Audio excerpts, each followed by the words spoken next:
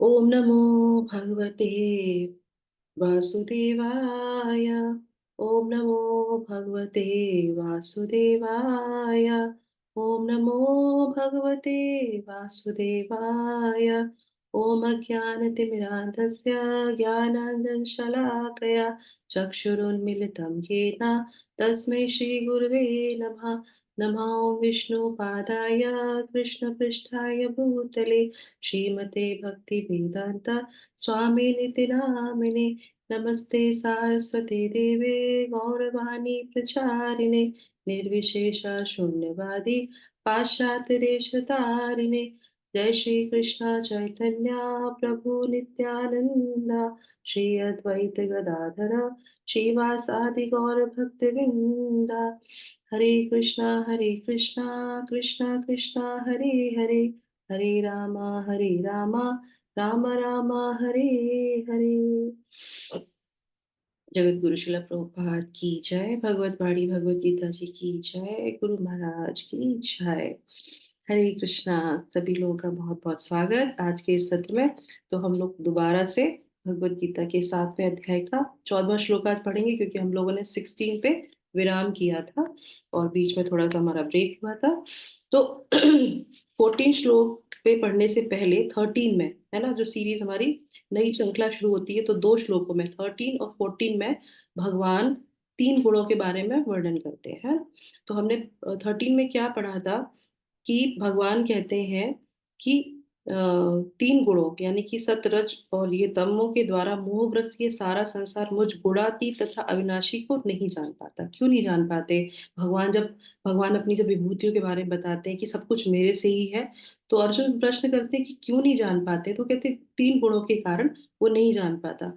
अब ये जब बात होती है तो फिर उनके मन में ये भी प्रश्न आता है कि ठीक है, नहीं जान पाते तो क्या कोई भी उपाय नहीं है कि कैसे भी हम इन 3 गुणों से बाहर नहीं निकल सकते? तो भगवान इस श्लोक में उपाय बताते हैं कि नहीं, ऐसा नहीं है, इनसे बाहर निकला जा सकता है। तो ये श्लोक बहुत इंपॉर्टेंट है, हमारे लिए बहुत अच्छी लर्निंग है, क्योंकि हमारा स्थिति यही है जो भगवान इस श्लोक में बता रहे हैं। तो अध्याय 7 श्लोक संख्या 14। दैवी हेषा गुणमयी मम माया दुरत्यया मामेव ये प्रपद्यन्ते मायामेतां तरन्ति ते। तो भगवान क्या बोल रहे हैं? प्रकृति के 3 गुणों वाली इस मेरी मेरी दैवी शक्ति को पार कर पाना कठिन है, किंतु जो मेरे शरणागत हो जाते हैं वो सरलता से इसे पार कर लेते हैं। तात्पर्य अपने आप में काफी बड़ा है, तो हम तात्पर्य पढ़ेंगे। उससे पहले आप मुझे ये बताइए कि क्या वाकई में भगवान जो शक्ति के बारे में बात कर रहे हैं, वो क्या बोल रहे हैं कि देवी हैषा गुणमयी मम माया दुरत्या। दुरत्या है, बहुत ही दुष्कर है इससे बाहर निकलना। तो क्या वाकई में माया से बाहर निकलना बहुत दुष्कर है? कौन कौन मानता है? हाँ, दुष्कर है। कौन कौन मानता है? हाँ माता जी है। दुष्कर है। सब लोग मानते हैं। हाँ माता जी। अगर मानते हैं तो सही है, अगर नहीं मानेंगे तो फिर क्या होगा? उसी में बंधे रहेंगे। तो वो हमारे लिए लर्निंग बहुत अच्छी है ना। ठीक है। और फिर भगवान यहाँ कहते मामेव प्रपद्यन्ते। अगर हम अपने आप को बंधा हुआ मानते हैं तो हम प्रयास करेंगे खुलने का। अगर हम ये जानेंगे ही नहीं कि हम बंधे हैं, तो फिर हम खुलने का प्रयास क्या करेंगे, है ना। तो यही लर्निंग हमें शिला प्रभुपाद अपने तात्पर्य से बहुत अच्छी तरीके से एक एक शब्द की व्याख्या करते हुए इस तात्पर्य में बोला है। तो ज्यादा कुछ भी हमें ज्यादा समझने की जरूरत नहीं, सिर्फ इस तात्पर्य को पढ़ लीजिए, सारा आंसर इसे मिल जाएगा। यस, कौन पढ़ेगा पहला पैराग्राफ? मैं पढ़ लूं माता जी? हरे कृष्ण। तात्पर्य। भगवान की शक्तियां अनंत हैं और ये सारी शक्तियां दैवी हैं। यद्यपि जीवात्माएं उनकी शक्तियों के अंश हैं, अतः दैवी हैं, किंतु भौतिक शक्ति के संपर्क में रहने से उनका पराशक्ति आच्छादित रहती है। इस प्रकार भौतिक शक्ति से आच्छादित होने के कारण मनुष्य उसके प्रभाव का अतिक्रमण नहीं कर पाता। जैसा कि पहले कहा जा चुका है, परा तथा अपरा शक्तियां भगवान से उद्भूत होने के कारण नित्य है। जीव भगवान की पराशक्ति से संबंधित होते हैं, किंतु पराशक्ति अर्थात पदार्थ के द्वारा दूषित होने से उनका मोह भी नित्य होता है। अतः बद्ध जीव नित्य बद्ध है, कोई भी उसके बद्ध होने की तिथि को नहीं बता सकता। फलस्वरूप प्रकृति के चंगुल से उसका छूट पाना अत्यंत कठिन है। भले ही प्रकृति अपरा शक्ति क्यों न हो, क्योंकि भौतिक शक्ति परमेक्षा द्वारा संचालित होती है, जिसे लांघ पाना जीव के लिए कठिन है। यहाँ पर अपरा भौतिक प्रकृति को दैविक प्रकृति कहा गया है, क्योंकि इसका संबंध दैवी है तथा इसका चालन दैवी इच्छा से होता है। दैवी इच्छा से संचालित होने के कारण भौतिक प्रकृति अपरा होते हुए भी दृश्य जगत के निर्माण तथा विनाश में महत्वपूर्ण भूमिका निभाती है। वेदों में इसकी पुष्टि इस प्रकार हुई है। माया तु प्रकृतिम विद्या विद्यान्मायतम तु महेश्वरम। यद्यपि माया मिथ्या या नश्वर है, किंतु माया की पृष्ठभूमि में परम जादूगर भगवान है, जो परम नियंता महेश्वर है। श्वेता स्वतर उपनिषद 4.10। थैंक यू माता जी। कोई और माता हरे जी? कृष्ण। हरे कृष्णा। गुण का दूसरा अर्थ रस्सी, रज्जु है। इससे यह समझना चाहिए कि बद्ध जीव मोह रूपी रस्सी से जकड़ा हुआ है। यदि मनुष्य के हाथ पैर बांध दिए जाएं, तो वह अपने को छुड़ा नहीं सकता। उसकी सहायता के लिए कोई ऐसा व्यक्ति चाहिए जो बंधा न हो, क्योंकि एक बंधा हुआ व्यक्ति दूसरे बंधे व्यक्ति की सहायता नहीं कर सकता। अतः रक्षक को मुक्त होना चाहिए। अतः केवल कृष्ण या उनके प्रामाणिक प्रतिनिधि गुरु ही बद्ध जीव को छुड़ा सकते हैं। बिना ऐसी उत्कृष्ट सहायता के भव बंधन से छुटकारा नहीं मिल सकता। भक्ति या कृष्ण भावनामृत इस प्रकार के छुटकारे में सहायक हो सकता है।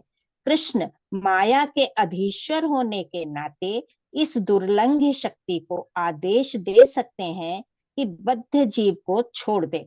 वे शरणागत जीव पर अहेतु की कृपा तथा वात्सल्यवश ही जीव को मुक्त किए जाने का आदेश देते हैं, क्योंकि जीव मूलतः भगवान का प्रिय पुत्र है।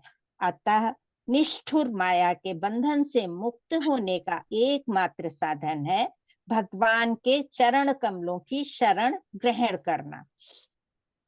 मामेव पद भी अत्यंत सार्थक है। माम का अर्थ है एकमात्र कृष्ण, विष्णु को, ब्रह्मा या शिव को नहीं। यद्यप ब्रह्मा तथा शिव भी अत्यंत महान है और प्रायः विष्णु के ही समान है, किंतु ऐसे रजोगुण तथा तमोगुण के अवतारों के लिए संभव नहीं कि वे बद्ध जीव को माया के चंगुल से छुड़ा सकें। दूसरे शब्दों में ब्रह्मा तथा शिव दोनों ही माया के वश में रहते हैं। केवल विष्णु माया के स्वामी हैं, अतः वे ही बद्ध जीव को मुक्त कर सकते हैं। वेदों में श्वेताक्षर उपनिषद 3.8 इसकी पुष्टि तमेव विदित्वा के द्वारा हुई है, जिसका अर्थ है कृष्ण को जान लेने पर ही मुक्ति संभव है।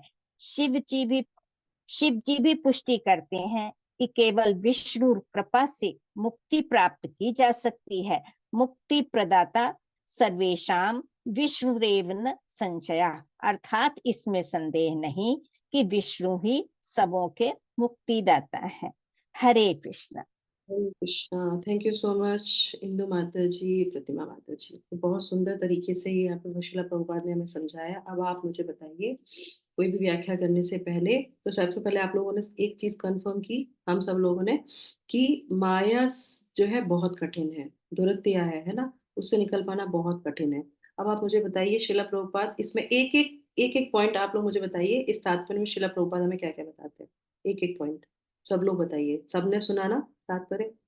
एक एक पॉइंट रिपीट नहीं कीजिए। हम बद्ध जीव है और नित्य बद्ध है हम। वेरी नाइस, हम नित्यबद्ध हैं। Very nice. ओके, दूसरा पॉइंट।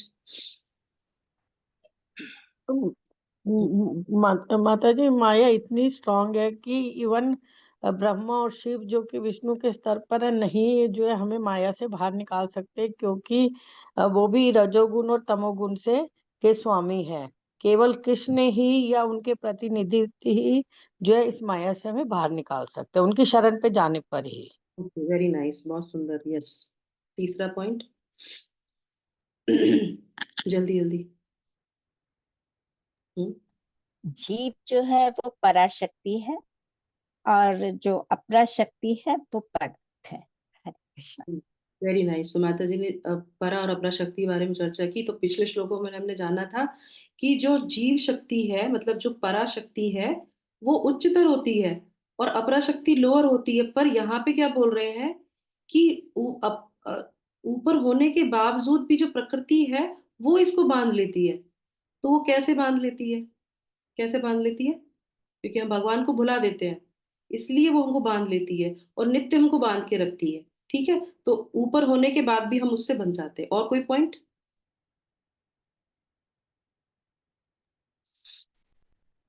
कोई और माता जी? चलिए ठीक है।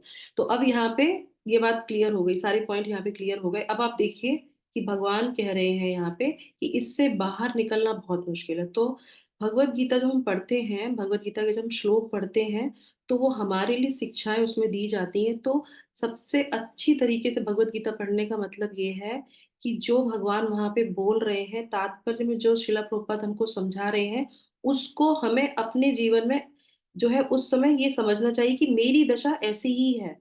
पढ़ने के लिए नहीं, हमारी दशा ऐसी ही है। हम क्या है? बद्ध जीव है और हम यहाँ पे फंसे हुए हैं तीन मायाओं में। अब आप सोचिए, नॉर्मल एक एग्जांपल मैं आपको देती हूँ। ये जब तक हम विचार नहीं करेंगे तब तक हम भगवान बाहर निकलने का प्रयास नहीं करेंगे।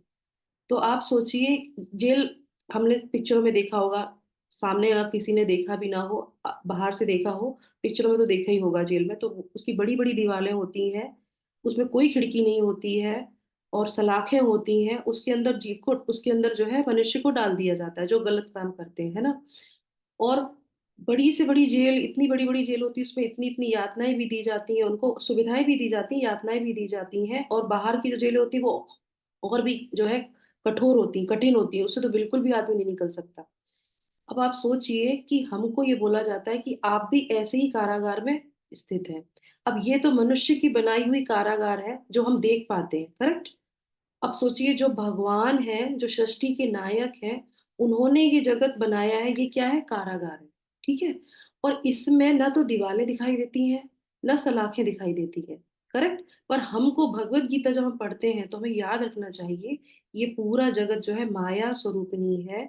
और ये जो है क्या है? जेल है, इसमें हम बंधे हुए हैं। तो कभी भी ऐसे प्रसन्न होके इसी जगत में जो है मोह के वश में नहीं बांधना चाहिए। तो यहाँ पे एक पॉइंट क्या आया था कि जो रस्सी की तरह हमको बांध लेता है, रस्सी भी दिखाई नहीं दे रही है, तो मोह है। अब यहाँ पे तो एक ही बात बोली गई है, मोह, मोह की रस्सी से हम बंधे हुए हैं। पर क्या वाकई में हम सिर्फ मोह की रस्सी से बंधे हुए हैं? हम काम, क्रोध, लोभ, मोह, मद, मत्सर, हम सबकी रस्सी से बंधे हुए हैं। और कब से बंधे हुए हैं इस जगत में, तो हम तो कभी विचार ही नहीं करते। अगर विचार करें कि वाकई में हम यहाँ पे पड़े हुए हैं और यहाँ पे, और क्या बोलते हैं कि ये जो है दुखालयम अशाश्वतम है, यहाँ पे कभी भी आपको सुख नहीं मिलेगा, पर हम यहाँ के सुख में ही लिप्त रहते हैं। इसीलिए क्या करते हैं? इसीलिए हम शरणागति नहीं करते। तो यहाँ पे भगवान ये कहने का प्रयास कर रहे हैं, शिला प्रभुपाद समझाने का प्रयास कर रहे हैं, ये जो भौतिक जगत है ये कष्ट में का है। और ये ऐसा है जो आपको दिखाई नहीं देता, आपको हर जगह अच्छी चीज दिखाई देती है। अगर कोई व्यक्ति भगवत गीता पढ़ते पढ़ते यहाँ तक पहुंचता है कि ये दुखालय है और जो चीज दिख रही है वो भगवान की ही माया है और सब कुछ भगवान से ही है, तो कहने का तात्पर्य क्या है, हमारे लिए लर्निंग क्या है? जो कुछ भी दिखता है वो सब भगवान के दिया हुआ है। हम यहाँ पे बंधे हुए हैं और हमें भगवान की शरण में आना चाहिए। अब हम भगवान की शरण में क्यों नहीं आते हैं? अहंकार की वजह से हम नहीं आते हैं।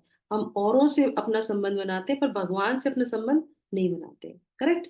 इसीलिए तो यहाँ पे जो है माया गुण में ही बताई गई है, दैवी बताई गई है। दैवी मतलब क्योंकि भगवान के कंट्रोल से वो चलती है, वो अपने कंट्रोल से नहीं चलती है, भगवान के कंट्रोल से वो चलती है। और जब तक, जैसे शिला प्रभुपाद बहुत अच्छा एक उदाहरण देते हैं, कई बार वो अपने जो है प्रवचनों में बोलते हैं कि जैसे कोई व्यक्ति जो है किसी अपने मित्र के घर जाता है, और अगर वो अपने मित्र के घर जाता है और वहां पे जैसे ही वो दरवाजा, गेट, मेन गेट जो है नॉक करता है, तो तुरंत उसके घर में जो डॉग है वो तुरंत जो है शोर करता हुआ उस गेट की तरफ भागता है उसको खाने के लिए। अब वो डॉग किसका है? उसके दोस्त का है, करेक्ट। अब वो व्यक्ति जो वहां पे खड़ा हुआ है, अगर वो खुद चाहे उस डॉग को कंट्रोल करने का कि बिस्किट दे दो, ये दो, वो करेगा नहीं। उसका तो काम है कि वो प्रोटेक्शन करे, वो जो भी आएगा उसको वो खाएगा, उसका वो काम ही है। पर वो सिर्फ एक ही व्यक्ति से कंट्रोल होगा, किससे? जो उसका मालिक। तो वो कहते हैं कि ये जो माया है वो भगवान के कहने पे चलती है। अगर तुम्हारा संबंध उस व्यक्ति से है, वो तुम्हारा मित्र है, तो वो कहेगा कि टॉमी, जो भी उसका नाम है, कि तुम शांत हो जाओ, तो वो तुरंत अपनी पूंछ दबा के वहां से चला जाएगा, फिर वो कुछ नहीं बोलेगा। क्यों? क्योंकि वो जान जाएगा कि ये मेरे मालिक का मित्र है। तो ये एनोलॉजी श्रील प्रभुपाद हमेशा देते हैं। तो यहाँ पे हमें क्या सीखने को मिलता है कि हमको उस मालिक से अपना संबंध स्थापित करना है, ना कि वो डॉग से। ना हम कंट्रोलर बनने का प्रयास करते हैं, वो हमें नहीं करना चाहिए। और ये बात बार बार सुनते हैं, बार बार पढ़ते हैं, फिर भी हम भूल जाते हैं, है ना।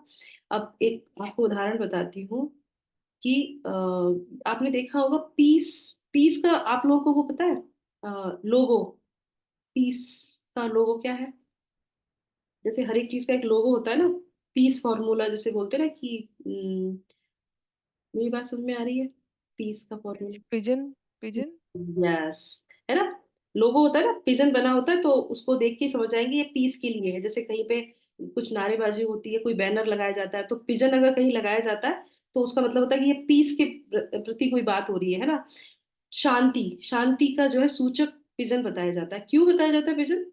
तो क्योंकि जैसे कोई भी अच्छा कार्य होने जा रहा होता है और वहां पे जैसे अ, अक्सर जो है देखा गया है, जैसे स्वतंत्रता दिवस होती है ना, तो स्वतंत्रता दिवस पे क्या कबूतर छोड़ दिए जाते हैं। तो ऐसे ही जो है एक सभा हो रही होती है, तो वहां पे हमारे जो है आध्यात्म के जो है कुछ व्यक्ति भी वहां पे उपस्थित होते हैं। तो वहां पे कुछ कबूतरों को छोड़ दिया जाता है। तो जैसे कुछ होते हैं, सब लोग क्या करते हैं? ताली बजाते हैं। तो वो जो वहां पे आध्यात्मिक जो गुरु होते हैं वो ये कहते हैं कि आप लोगों ने ताली क्यों बजाई?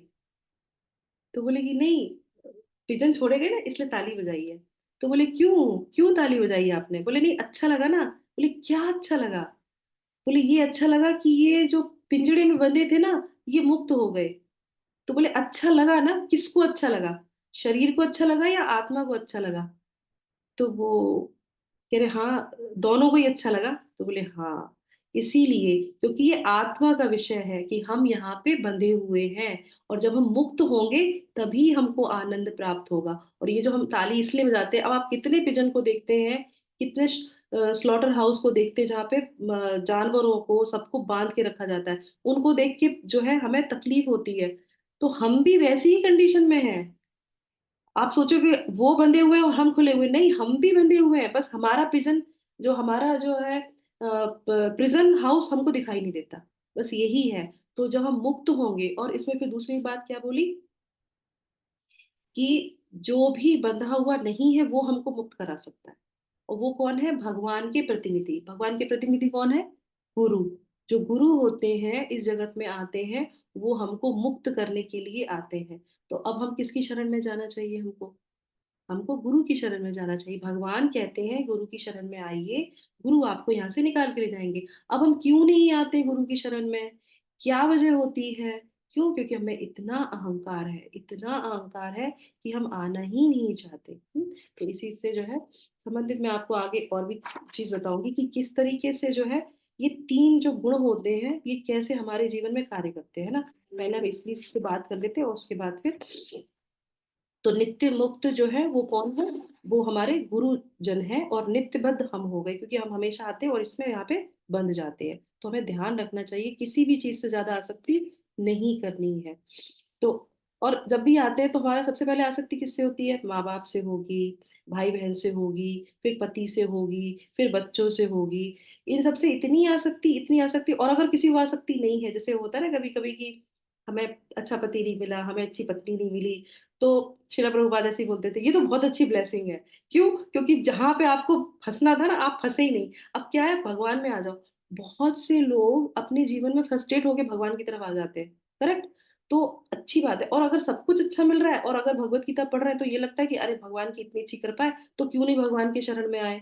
है ना, जब भगवान इतनी सब कुछ हमें कृपा दे रहे हैं, तो भगवान की कृपा में क्यों है? तो कोई भी हो, एन केन प्रकारेण हमें भगवान और गुरु की शरण में आना ही चाहिए, चाहे अच्छी व्यवस्था हो और चाहे बिल्कुल अच्छी व्यवस्था ना हो। दोनों ही कंडीशन में सिर्फ और सिर्फ आसक्ति भगवान कृष्ण से।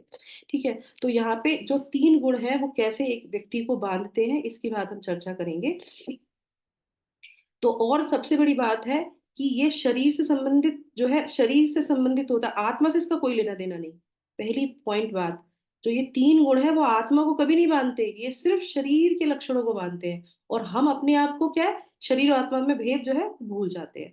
तो सबसे पहले सतोगुण, तो सतोगुण में जो जीव होता है वो सुख से और ज्ञान के जो है की आसक्ति में बंध जाता है, सुख में और ज्ञान में, क्योंकि सतोगुण में ना तो उसमें ज्ञान भी होगा, और यही सूक्ष्म रूप से उसको बांध देती। पर ये जो सतोगुण होता है, ये जो बंधन होता है, ये धीरे धीरे उसको ऊपर की तरफ लेके जाता है, अगर उसमें अहंकार मिथ्या अहंकार नहीं आता तो ये सतोगुण उसको ऊपर की तरफ लेके जाता है। ठीक है, अब आ जाते हैं रजोगुण में।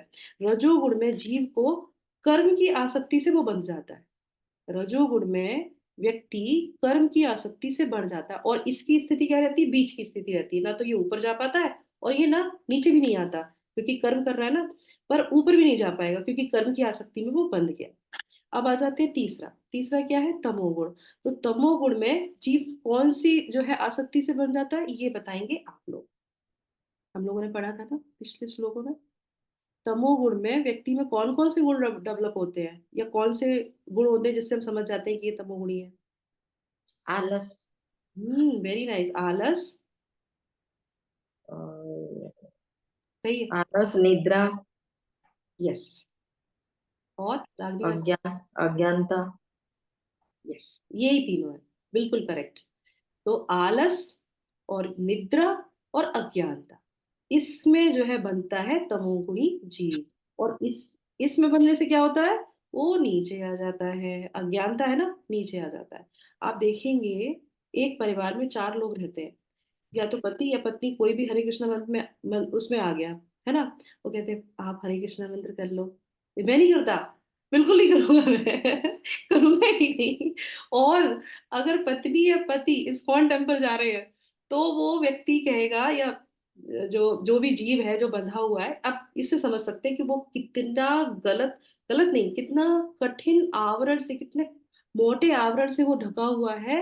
वो व्यक्ति कहेगा इस्कॉन तो मैं बिल्कुल ही नहीं जाऊंगा, क्योंकि तुम जाती हो ना, इस तो बिल्कुल नहीं जाऊंगा, पूरे भारत का भ्रमण करूंगा पर वहां नहीं जाऊंगा। क्यों नहीं जाऊंगा, अच्छा बताओ, ऐसा क्या उनको दुखी करता है इस्कॉन में जो और टेम्पल में नहीं करता, क्यों, एक तो देखिए नहीं माता जी, ये अहंकार, ईगो, ईगो होता है उनके हाँ, अंदर। वो तो वही मैं कह रही हूँ, ईगो तो होता ही है, पर उसके साथ साथ ईगो तो है ही हमारे सबके अंदर, फॉल्स ईगो, किसी में थोड़ा ज्यादा किसी में कम, पर भगवान की कृपा से कि हम हरि नाम लेने लगे।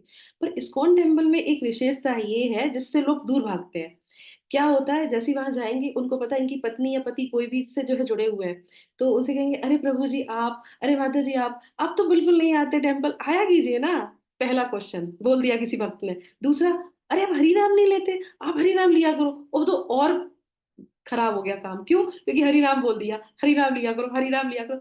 दूसरे धार्मिक स्थानों पे कोई नहीं बोलता आपको हरि नाम लेने के लिए, करेक्ट, तो इसीलिए वहां पे जाएंगे, पैसे देंगे, दर्शन करेंगे, प्रसाद खाएंगे, आराम से आ जाएंगे, और फिर क्या होगा, हमने पूरे भारत का भ्रमण कर लिया, पूरे धार्मिक स्थलों का भ्रमण कर लिया। पर वो हमारा उद्देश्य नहीं है। उद्देश्य है जो शिला प्रभुपाद ने ये जो संस्था स्थापित की है, उसका उद्देश्य ही है कि हम बंधे हुए हैं, और हम यहाँ से एक ही वजह से निकल सकते हैं। वो क्या है, वो सिर्फ एक काम है, हरे कृष्णा कृष्णा कृष्णा हरे हरे, हरे राम राम राम हरे हरे। अगर हरि नाम नहीं लेंगे तो हम नहीं निकल सकते, कैसे भी नहीं निकल सकते। तो इसीलिए प्रयास यही है, और ये हमारे गुरुजन आके, जैसे कल ही हम लोग नित्यानंद प्रभु की बात कर रहे थे, तो वो प्रतिनिधि के रूप में आते हैं और हमको हरि नाम देते हैं। तो हमको कोशिश करनी चाहिए कि हम यहाँ से निकल सके, ठीक है। और उसके बाद जो है, अब भगवान यहाँ पे एक चीज और है, उसके साथ हम विराम करेंगे।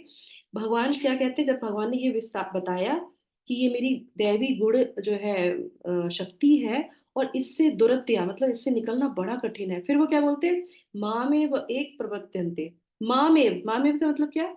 अब इस श्लोक को अगर आप सोचेंगे एक एक्शन के रूप में, तो भगवान आपको बता रहे हैं कि ये बहुत कठिन है, इससे निकलना बहुत मुश्किल। फिर वो वहीं पे बोलते हैं अपने, जैसे मैं बोल रही हूँ, मैं, मेरी शरण में आ जाओ। भगवान खुद अपने हार्ट पे उंगली रख के बोल रहे हैं कि मेरी शरण में आ जाओ, मैं यहाँ पे हूं तो सही। और भगवान हमेशा यही हार्ट में ही रहते हैं, नहीं रहते हैं? और भगवान खुद कह रहे हैं मेरी शरण में आ जाओ, मैं तुम्हें बचा के ले जाऊंगा। और फिर भी हम मूढ़ लोग जो है भगवान की शरण में नहीं आते। तो भगवान की शरण में आने का एक ही है कि पूरी तरीके से भगवान को शरण कर दो। भगवान एक आप ही हमारे जो है बचने, हमारे जो है इस भव सागर से बचाने के स्रोत है, बाकी और कोई भी नहीं है। जैसे प्रेम माता जी ने बोला ब्रह्मा विष्णु, ये कोई भी हमको मुक्ति प्रदान नहीं करता। इसी से संबंधित जो काशी में जाते हैं, भगवान शिव जी के बहुत अच्छे भक्त होते हैं। भगवान शिव जी इस पूरे जगत को भगवान की ही कहने से चलाते हैं। पर जो काशी में चले जाते हैं कि नहीं शिव जी आपके बगैर कोई भी नहीं है हमारा, तो शिव जी कहते हैं कोई बात नहीं, अब तुम मेरी शरण नहीं छोड़ रहे हो तो तुम आ जाओ। बुला लेते हैं, फिर वो क्या करते हैं, अंत समय में शिव जी उसके कानों में जाके क्या बोलते हैं, राम, क्योंकि राम कृष्ण के नाम से ही मुक्ति मिलती है और नहीं है। इसीलिए श्रील प्रभुपाद ने यहाँ पे जो है श्वेताक्षर उपनिषद का यहाँ पे कोड किया, और ये शिव जी के द्वारा बोला गया है। शिव जी भी पुष्टि करते हैं कि केवल विष्णु कृपा से मुक्ति प्राप्त की जा सकती है। ये जो श्लोक लास्ट का जो श्लोक है, मुक्ति प्रदाता सर्वेशाम विष्णु रेव न संशय, तो ये शिव जी ने बोला हुआ है। तो आप सोचिए वो भी इस चीज को कंफर्म करते हैं। तो अब हम लोग जो है इसको क्लोज करेंगे। एक छोटा सा मैं आपको भक्ति विनोद ठाकुर का एक भजन बताती हूँ जो बहुत अच्छा है।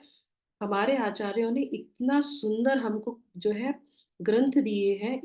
ये हमारी परंपरा है, इसको हमें गर्व होना चाहिए और इसको याद करना चाहिए। ये हमको हमारे लिए जो है धन दे के गए हमको।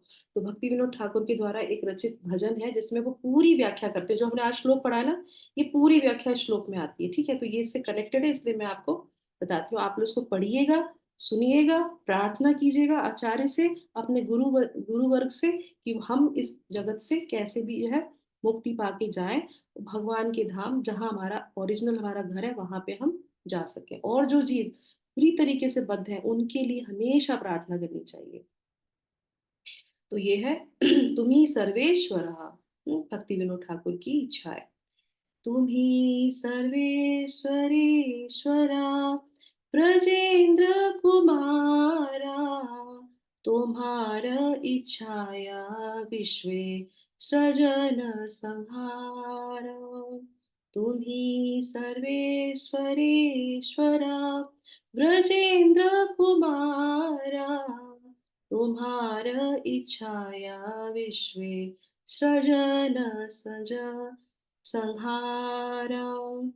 तव इच्छा मत ब्रह्मा करेण सृजना, तव इच्छा मत विष्णु करेण पालना। तो हमने कल सुना था जो महाविष्णु है वो किसके हैं, नित्यानंद प्रभु के वो हैं। तो जो विष्णु भी है, तीनों विष्णु वो भगवान की ही उससे चलते हैं। करेक्ट, कृष्ण का उनसे कोई लेना देना नहीं, कृष्ण बिल्कुल पृथक है, वो सबसे ऊपर है। विष्णु भी उन्हीं के कहने से चलते हैं। तव इच्छा मत शिव करे न संहारा, तव इच्छा मते माया सृजे कारगार। ये माया भगवान के कहने से ही पूरी कारागार को बनाती है। तव इच्छा जीवे जन्म मरण, स्म समृद्धि निपात दुःख सुख संघटन। मीछे माया बध जीवे आशा पाशे फिरे, तब इच्छा बिना किछु करीते न पारे। तुम तो रक्षक आरा पालक अमारा, तुम्हारा चरण बिना आशा नहीं आरा। निज बल चेष्टा प्रति भरोसा छड़िया, तुम्हारा इच्छाया आची निर्भर करिया। भक्ति विनोदा अति दीन अंकिचान, तुम्हारा इच्छाया तार जीवन मरण। तुम्ही सर्वेश्वरा ब्रजेंद्र कुमारा, तुम्हारा इच्छाया विश्वे सृजन संहारा। तो इसमें क्या बोलते हैं, और भक्ति विनोद ठाकुर जो जानते हैं, जो इतने जो है भगवान के पार्षद ही हैं, आचार्य हैं, वो कहते हैं कि मैं अकिंचन हूँ, वो कहते हैं कि मैं पूरी तरीके से आप में शरण हूँ। तो आप स्वामियों के स्वामी हैं, ब्रजराज के पुत्र हैं, आपकी इच्छा मात्र से ही इस दृश्य भौतिक जगत का सृजन होता है, संहार संभव हो पाता है। आपकी इच्छा से ब्रह्मा ब्रह्मांड का सृजन करते हैं, और आपकी इच्छा के अनुसार ही विष्णु इसका पालन करते हैं।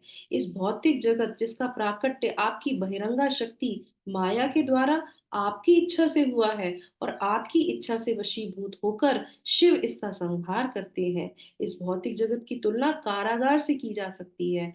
आपकी इच्छा के अनुसार जीव जन्म लेते हैं, और तत्पश्चात अपने शरीर को त्यागने में बाध्य हो जाते हैं। उन्नति और अवनति, सुख तथा दुख, यह सब मात्र आपकी ही इच्छा से हो रहा है। बहिरंगा शक्ति माया के वशीभूत होकर जीवात्माएं भौतिक इच्छाओं की रस्सियों द्वारा बंधी हुई हैं। आपकी इच्छा के बिना उनके लिए कुछ भी कर पाना संभव नहीं है। एकमात्र आप ही मेरे रक्षक एवं पालनहार हैं। आपके चरण कमलों के बिना मेरे पास जीने की और कोई आशा नहीं है। मैंने निजी शक्ति एवं प्रयासों पर भरोसे के विचार का परित्याग कर दिया। ये हमारे लिए टेक अवे पॉइंट है कि हम अपने आप से यहाँ से नहीं निकल सकते, तो अपनी निजी इच्छा अब नहीं है हमारे पास, और खुद के प्रयासों से हम बाहर नहीं निकल सकते। मैंने उसको छोड़ दिया है। ये बात जब हमारे अंदर आएगी कि मैंने उसको छोड़ दिया, उसी को बोलते हैं शरणागति, उसी को बोलते हैं सरेंडर। ठीक है, अब मैं एकमात्र आपकी इच्छा पर निर्भर हूं। तो जो भी भगवान करेंगे, और भगवान अच्छा ही करते हैं, अवश्य रक्षवे कृष्णा। तो ये जब हमारे अंदर डेडिकेशन आ जाता है, डिटर्मिनेशन आ जाता है कि भगवान जो भी करते हैं वो अच्छा करते हैं, और जो भी वो मेरे लिए करेंगे वो अच्छा ही करेंगे, इसको कहते हैं शरणागति। भक्ति विनोद ठाकुर कहते हैं कि मैं किसी भी भौतिक संपत्ति से हीन एक पतित जीव हूँ। मेरा जीवन एवं मरण आपकी इच्छा पे निर्भर करता है। तो जगत गुरु शिला प्रभुपाद की जय, भक्ति विनोद ठाकुर की जय। तो आज के इस श्लोक से हमें बहुत जरूरी है, क्योंकि हम दिन प्रतिदिन जो है इसी माया में उलझते रहते हैं। तो हमें भगवान की शरण में आना है, डेली भगवान से प्रार्थना करनी है कि हम कैसे भी जो है सिर्फ और सिर्फ आपका चिंतन कर सके, आपका स्मरण कर सके, और आपने जो हमारे लिए एक मार्ग दिया है गुरु की शरण में आना, उस गुरु की शरण में हम कैसे भी करके बस आ जाए। ठीक है, इसी के साथ यहाँ पे विराम करते हैं। हरे कृष्णा कृष्णा कृष्णा हरे हरे, हरे राम राम राम हरे हरे। जगत गुरु श्रील प्रभुपाद की जय। हरि ओम तत्सत। Hare Krishna. Thank you so much. Hare Hare Krishna.